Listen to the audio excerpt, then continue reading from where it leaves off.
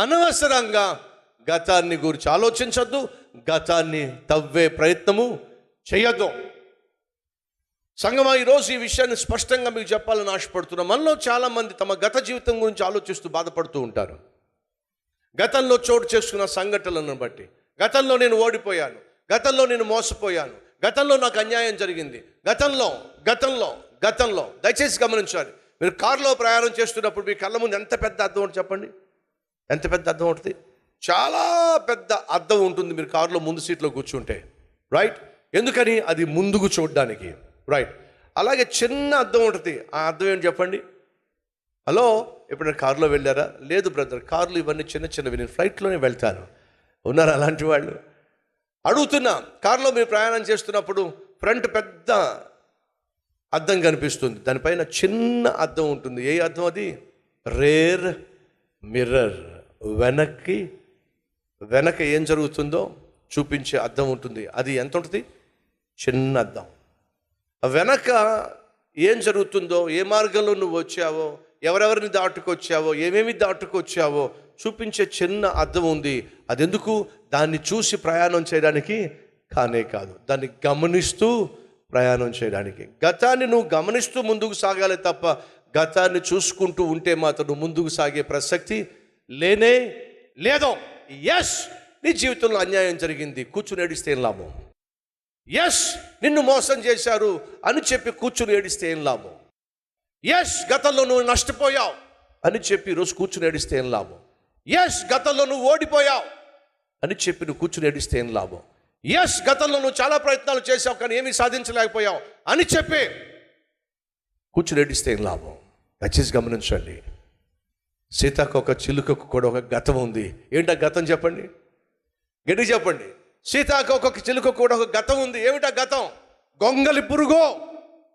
గొంగలి పురుగు నుంచే సీతాకోక చిలుక వచ్చింది. ఆ సీతాకోక చిలుక కూర్చొని గతం గురించి ఆలోచిస్తుందా? చిచి నా బ్రతుకేమిటి, చిచి నా గతం ఏమిటి, చిచి నా అనుకుంటుందా అండి? లేదండి. అది గతాన్ని చూసినప్పుడు దేవుణ్ణి మహింపరుస్తుంది. అయ్యా, నేను గొంగలి పురుగుని, అందరి చేత అసహించబడిన దానిని, అందరికీ దురద పుట్టించిన దాన్ని, అందరికీ ఇబ్బంది కలిగించిన దానిని, అందరూ చేత నలిపివేయబడిన దానిని. కానీ అలాంటి గొంగలి పురుగున నన్ను ఇదిగో ఇంతంత అద్భుతమైన రంగుల సీతాకోక చిలుకగా చేశావు నాయనా, నువ్వు ఎంత అద్భుతమైన దేవుడవు అని ఆ గొంగలి పురుగు నుంచి బయటకు వచ్చిన సీతాకోక చిలుక తన గతాన్ని చూసి దేవుణ్ణి మహింపరచాలి తప్ప గతాన్ని చూసి నిరాశపడడానికి వీలు లేనే లేదు. గతంలో నీ జీవితం ఏదైనా కావచ్చు, కానీ దేవుడు నిన్ను ఒక సీతాకోక చిలుకగా మార్చబోతున్నాడు. గతంలో నీకు చేదు అనుభవాలు నువ్వు ఎదుర్కొని ఉండొచ్చు, అందరి చేత అసహించుకొనిబడి ఉండొచ్చు, అందరి చేత నలిపివేయబడి ఉండొచ్చు, అందరి చేత మోసగించబడి ఉండొచ్చు, అందరి చేత దగా చేయబడి ఉండొచ్చు, నిందించబడి ఉండొచ్చు. అది గతం. కానీ అదే గొంగలి పురుగు ఏం చేస్తుందో తెలుసా? తనను నిందించే, తనను అసహించుకునే వారందరికీ దూరం అయిపోయి ఒక గూడు కట్టుకుంటుంది, వేరు చేసుకుంటుంది. ఆ గూడులో కొంతకాలం అలాగే మౌనంగా ఉండిపోతుంది. దేవుడు ఏం చేస్తున్నాడు? అందరి చేత అసహించబడిన, అందరి చేత గేలి చేయబడిన, నలిపివేయబడినటువంటి గొంగలి పురుగు తను ప్రత్యేకించుకున్నప్పుడు ఆ గొంగలి పురుగు షెల్లలో నుండి బయటికి ఎవరు వస్తారు చెప్పండి? సీతాకోక చిలుక. ఒక గొంగలు పురుగునే దేవుడు సీతాకోకను చేయగలిగితే నీ గతాన్ని నా దేవుడు ఎంత అద్భుతంగా మార్చి నేను అద్భుతమైన వ్యక్తిగా తీర్చగలడో ఒకసారి ఆలోచించు. Don't turn back. వెనక్కి చూసి నిరుత్సాహపడద్దు, వెనక్కి చూసి నిరసించిపోవద్దు, గత జీవితాన్ని గురించి ఆలోచించి నీ మనసు పాడు చేసుకోవద్దు. యెషయా గ్రంథం 43వ అధ్యాయం 18, 19. మునుపటి వాటిని జ్ఞాపకం చేసుకోవద్దు. పూర్వకాలపు సంగతులను తలంచుకొనకుడే. అసలు తలంచను కూడా తలంచొద్దు. ఇదిగో నేను ఒక నూతన క్రియ చేయుచున్నాను, ఇప్పుడే అది మొలుచును, మీరు దాన్ని ఆలోచించరా? నేను అరణ్యములో త్రోవ కలుగ చేయబోతున్నాను. ఈరోజు మన మధ్య ఎవరైనా ఉన్నారా? బ్రదర్, నాకు ఏ మార్గము కనిపించట్లా, ఎలా ముందుకెళ్ళాలో అర్థం కావట్లా, అడుగు తీసి అడుగు వేయలేకపోతున్నాను, అంత అగోచరంగా ఉంది, అస్తవ్యస్తంగా ఉంది, అంత ఏం అర్థం కావట్లేదు బ్రదర్, నాకు ఏ మార్గము కాని రావటం లేదు అన్నవారు మన మధ్య ఉన్నారా? అయితే నీకు శుభవార్త. నా ప్రభు అంటున్నాడు, నీకు అరణ్యములో మార్గాన్ని కలుగ చేయబోతున్నాను.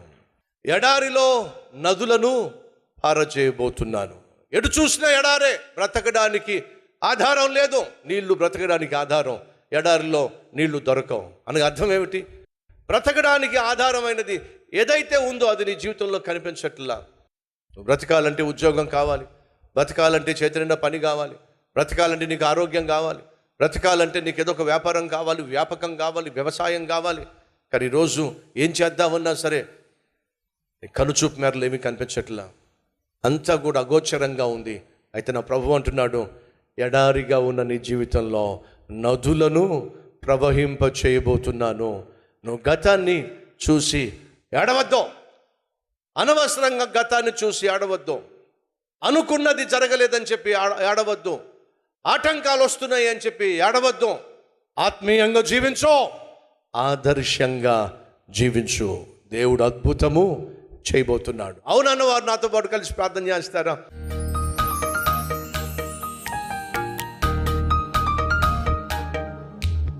మహాపరిశుద్ధుడు అయిన ప్రేమ కలిగిన తండ్రి, బహుశ్రేష్టమైనటువంటి సందేశము ద్వారా ప్రతి ఒక్కరితో మాట్లాడినందుకు మీకు వందనాలు, స్తుతులు, స్తోత్రాలు చెల్లిస్తున్నావు నాయనా.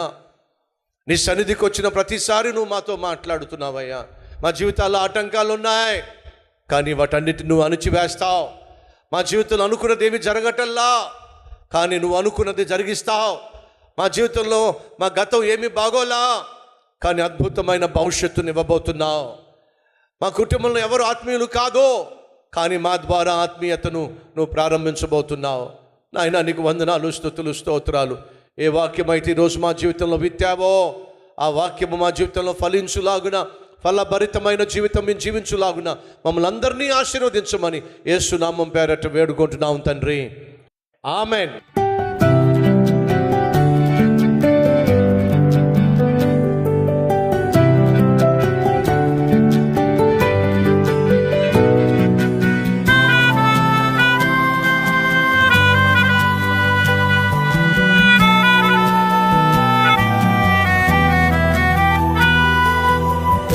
ఫ్రెండ్స్, ఈరోజు అందించిన ఈ క్లుప్త సందేశం మీకు నిజంగా ఆశీర్వాదకరంగా ఉంటే లైక్ చేయండి, 10 మందికి షేర్ చేయండి. అలాగే ఓ చక్కని కామెంట్ పెట్టి మీ యొక్క అభిప్రాయం తెలియజేయాల్సిందిగా కోరుతూ మళ్ళీ కలుసుకుందాం.